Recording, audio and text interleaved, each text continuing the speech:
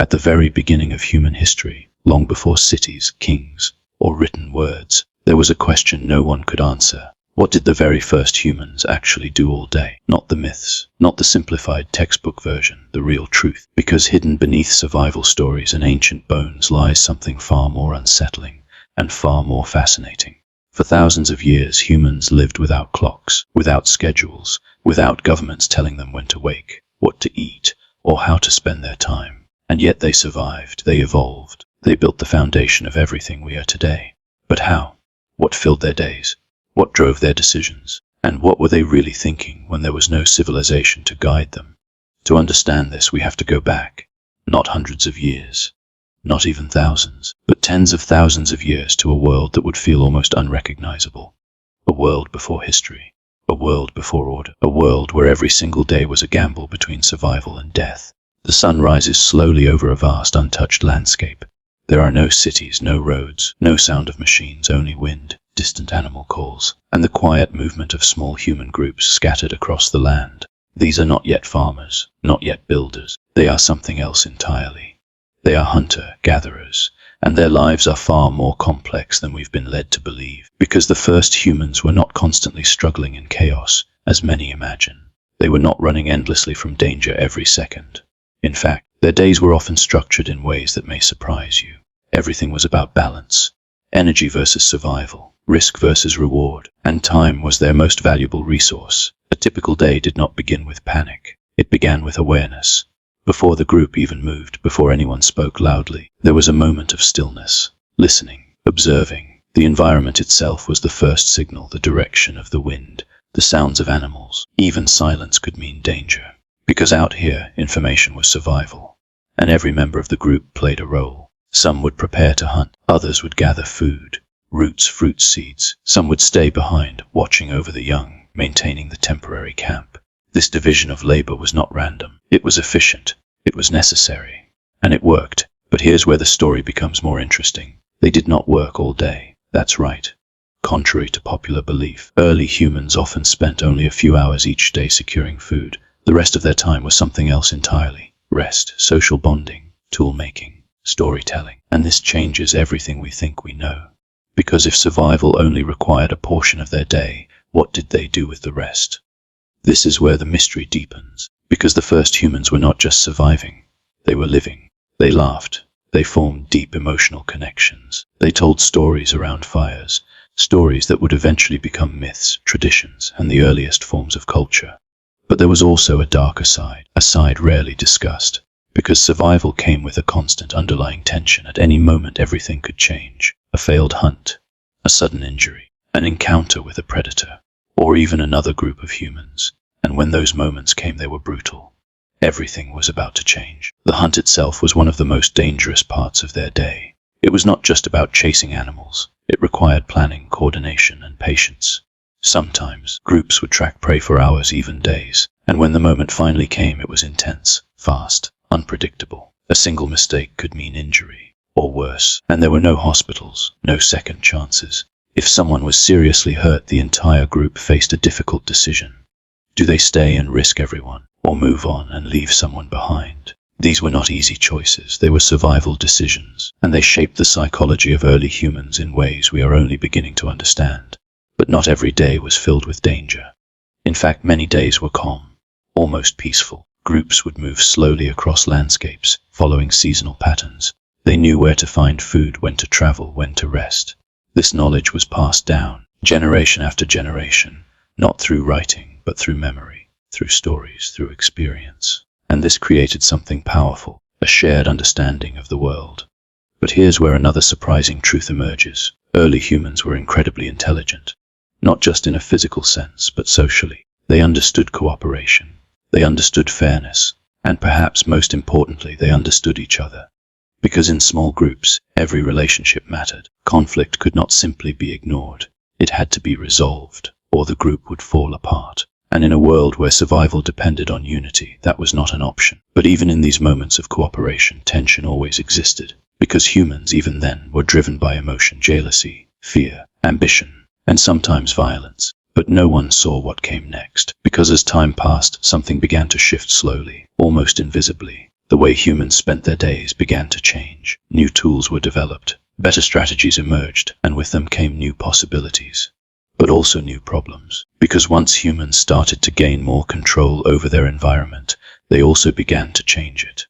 And that would lead to a turning point that would alter history forever. But before we reach that moment, there is one more truth we need to understand. A truth that challenges everything we think about: progress. Because while modern life is filled with technology, structure, and constant activity, the first humans lived in a way that was fundamentally different. They had no concept of productivity as we know it, no deadlines, no endless work cycles. Their lives were dictated by nature, by need, by instinct, and in many ways they were free, but freedom came at a cost. Because without systems, without protection, without stability, every single day carried uncertainty. And that uncertainty shaped who they became. It made them adaptable, resilient, and deeply connected to the world around them. But it also meant that everything they had could disappear in an instant. And sometimes it did. Entire groups could vanish, without a trace, without a record, lost to time. And this raises a haunting question. How many stories have we already lost?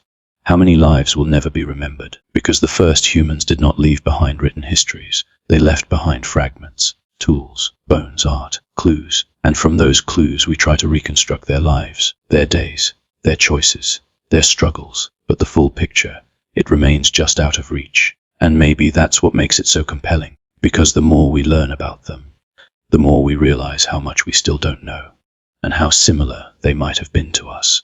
Because beneath the survival, beneath the danger, beneath the simplicity, there was something deeply human. The need to connect, to understand, to survive, and to find meaning in a world that offered no guarantees.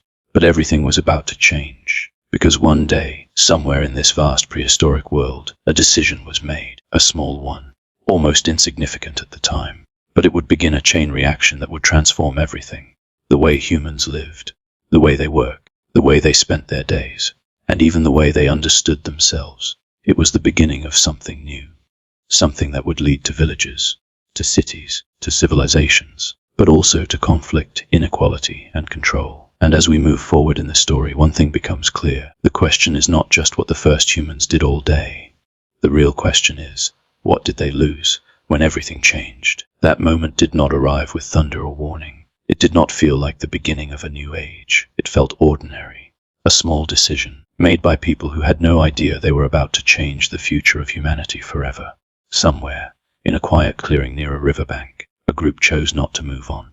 That was it. No grand plan, no vision of civilization, just a simple choice to stay. At first it made sense. The land was fertile, food was nearby, water flowed consistently. There was no immediate need to leave. For generations, movement had been survival. But now, staying seemed easier, safer, more efficient. But no one saw what came next, because staying in one place changed everything. At first the days didn't look very different. People still gathered food, they still hunted, they still told stories at night. But slowly, almost imperceptibly, their routines began to shift. They started noticing patterns. Seeds dropped near camp began to grow. Plants returned to the same places, season after season. And then came a realization so powerful, it would alter the course of history forever. What if we could control this? What if food didn't have to be searched for, but created? This was the birth of something entirely new, agriculture. And with it the end of a way of life that had lasted for tens of thousands of years. At first it felt like progress. More food meant more security, more stability, fewer long, dangerous journeys. People could build more permanent shelters, families could grow larger. But every advantage came with a hidden cost, because once you plant crops you have to stay, you have to protect them, you have to wait. And suddenly time was no longer flexible. Days were no longer guided purely by instinct or environment. They were dictated by schedules, planting seasons, harvesting periods, storage planning. For the first time, human life became structured in a completely new way. And with structure came responsibility, and with responsibility came pressure. Everything was about to change. The simplicity of hunter-gatherer life began to disappear. No longer could people simply move if resources ran low. They were tied to the land, dependent on it, and the land did not always cooperate. A bad season could mean disaster. A failed crop could mean starvation. And unlike before, there was no easy escape. But perhaps the most profound change was not physical.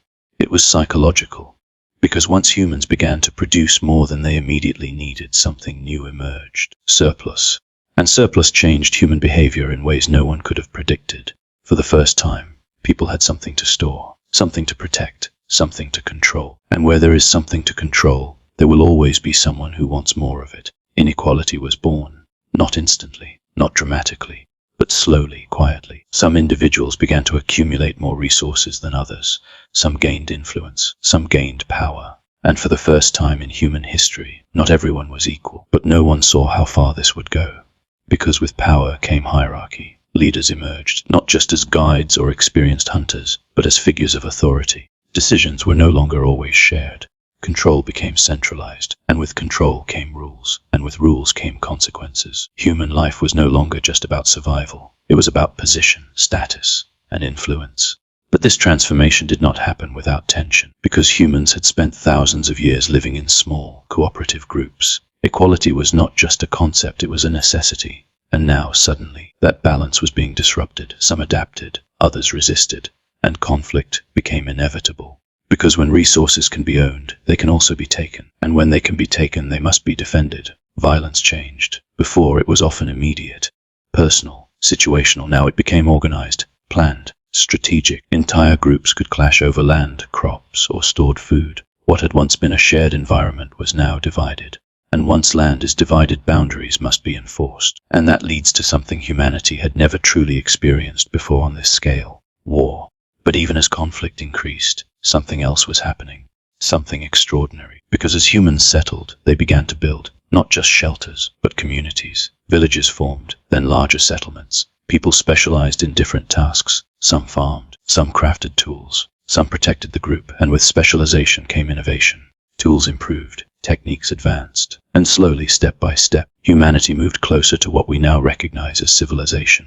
But this progress came with a paradox, because while life became more stable in some ways, it also became more demanding. Work increased, days became longer, responsibilities grew heavier, and the freedom of the old world began to fade. The ability to simply move, to adapt instantly, to live with minimal structure, that was gone, replaced by routine, by obligation, by expectation.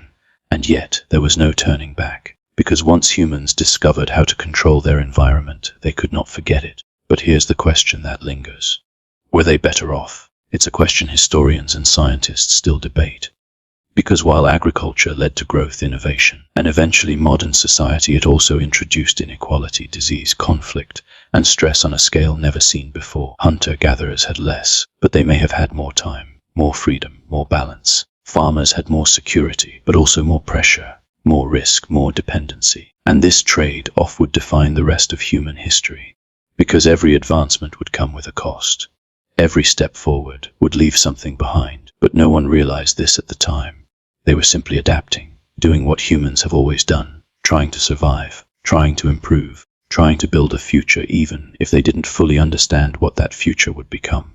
And as generations passed, the changes became impossible to ignore. Villages grew into towns. Towns grew into cities, and cities became centers of power. The world of the first humans, the world of open landscapes, constant movement, and shared survival was slowly disappearing, replaced by something far more complex, far more structured, far more controlled. And with that control came new questions, new challenges, new struggles. Because as humans built systems to organize their lives, those systems began to shape them in return. But everything was about to change again, because once humans began living in larger groups, new forces emerged, forces that would define the next chapter of history: religion, governance, and the idea that power could be something more than physical strength, something invisible, something believed. And once people believe in something, they can be united by it, or divided by it. And that would lead to some of the greatest achievements and greatest conflicts humanity has ever known. But it all began with a simple question: what should we do today? And the answer to that question has never stopped evolving. Because from the first humans waking under open skies to the structured lives we live today, one thing has remained constant. We are always searching for survival, for meaning, for something more. And perhaps the most fascinating truth of all is this: even after tens of thousands of years, we are still trying to figure it out, still trying to understand what it means to live a full day, still trying to balance work and rest, security and freedom, progress and simplicity. And maybe, just maybe, the first humans already knew something we've forgotten. That forgotten truth lingers like a shadow behind everything we have built, because the more complex human life became, the further it drifted from its original rhythm. The natural balance that once guided every decision, when to move, when to rest, when to act, was slowly replaced by something artificial, something controlled, and yet deep down that ancient instinct never disappeared. It stayed hidden, waiting, because even as the first villages expanded into early civilizations, something strange began to happen. People started organizing not just their work, but their entire existence. Time itself became divided, measured, controlled. And for the first time, a human day was no longer just lived. It was managed. Morning was no longer simply when the sun rose. It became the time to begin labor. Midday became a checkpoint. Evening became a closure. Life was no longer fluid. It was structured. And with that structure came something new. Expectation. You were expected to contribute, expected to produce, expected to fit into a system that was growing larger than any individual. And systems demand consistency. But humans are not naturally consistent. They are emotional, unpredictable, driven by instinct as much as logic. And this created a tension that would never fully disappear. The tension between what we are and what we are expected to be. But no one recognized it yet. Because at first the benefits seemed undeniable. Settlements grew stronger. Food supplies became more reliable. Knowledge began to accumulate. Skills were passed down with greater precision. And for the first time, humans began to leave something lasting behind. Not just tools or bones, but ideas. Symbols carved into stone. Paintings on cave walls. Early forms of communication that hinted at something extraordinary. The beginning of memory beyond the human mind. Because until this point, everything humanity knew existed only in stories, in spoken words passed from one generation to the next. But now knowledge could remain, even after people were gone. And that changed everything. Because once ideas can outlive individuals, they can evolve. They can spread. They can shape entire societies. And this is where the human day transforms once again. Because now it's not just about survival or work. It's about meaning, about purpose, about understanding the world. People began asking questions they had never asked before. Why are we here? What controls the world around us? What happens when we die? And when questions like these arise, the answers follow. Not always correct, but powerful. Belief systems began to form. Early religions emerged, offering explanations for the unknown. The sun, the storms, the seasons, all became part of something larger, something divine. And belief became a force, because belief can unite people, give them direction, give them purpose, but it can also control them. And that realization would shape the future in ways no one could yet imagine. Because as societies grew, so did the need for order. And order requires authority. Leaders were no longer just skilled hunters or experienced elders. They became something more, symbols of power, figures who could command not just action but belief. And when belief and power combine, the results are transformative. Because now, a human day was not just about survival or even productivity. It was about obedience, about following rules, about living within boundaries defined by others. And those boundaries became stricter over time. Because as populations grew, control became more difficult. And to maintain control, systems had to evolve. Laws were created. Punishments were enforced. Social roles became more rigid. And slowly the freedom of the earliest humans faded even further into the past, replaced by structure, by hierarchy, by expectation. But even within these systems, something remained unchanged: human curiosity, the desire to explore, to understand, to push beyond limits. And this curiosity drove innovation, new tools, new methods, new ways of living. And with each innovation, the human day became more complex, more demanding, more divided, but also more powerful. Because humans were no longer just reacting to the world, they were shaping it. And that shift, from survival to control, marks one of the most important turning points in human history. Because once we began shaping the world, we also began shaping ourselves, our behaviors, our priorities, our identities. And this is where the story becomes deeply personal, because everything that started tens of thousands of years ago still affects us today. The way we spend our time, the way we define success, the way we balance work and rest. It all traces back to those early decisions, those small changes, those moments when humans chose a different path. But here's the most surprising part. Despite everything that has changed, the core of human life remains the same. We still wake up each day with choices: what to do, how to spend our time, what matters most. And in those choices, echoes of the first humans still exist. The instinct to seek comfort, to avoid danger, to connect with others, to find meaning. But the world we live in now is far removed from theirs. It is faster, louder, more demanding, and often more disconnected. Because while early humans lived in small, tight-knit groups where every relationship mattered, modern life can feel isolating, even in crowded cities. And that raises an important question. Have we gained more than we've lost? Or have we simply traded one set of challenges for another? Because while we no longer face predators in the wild, we face pressures of a different kind. Deadlines, expectations, social comparisons, invisible systems that shape our behavior in ways we don't always notice. And yet the search remains the same. The search for balance, for purpose, for a life that feels meaningful. And maybe that's the real connection between us and the first humans. Not the tools, not the environment, but the experience of living through a day and trying to make sense of it. Because at its core, a human day has always been more than just time passing. It is a story, a series of choices, a reflection of what we value, and that has never changed. But everything was about to change again. Because the journey from those first simple days to the complex world we live in now did not happen overnight. It happened step by step, choice by choice, generation by generation. And with every step forward, humanity moved further away from its origins, but also closer to something else, something bigger, something more powerful, something that would redefine what it means to be human. Civilization. And once civilization takes hold, there is no going back. Only forward, only evolution, only change. And as we continue this journey, one truth becomes impossible to ignore. The question is no longer just what the first humans did all day. The question is, what are we doing with ours? And whether, somewhere deep inside, we already know the answer.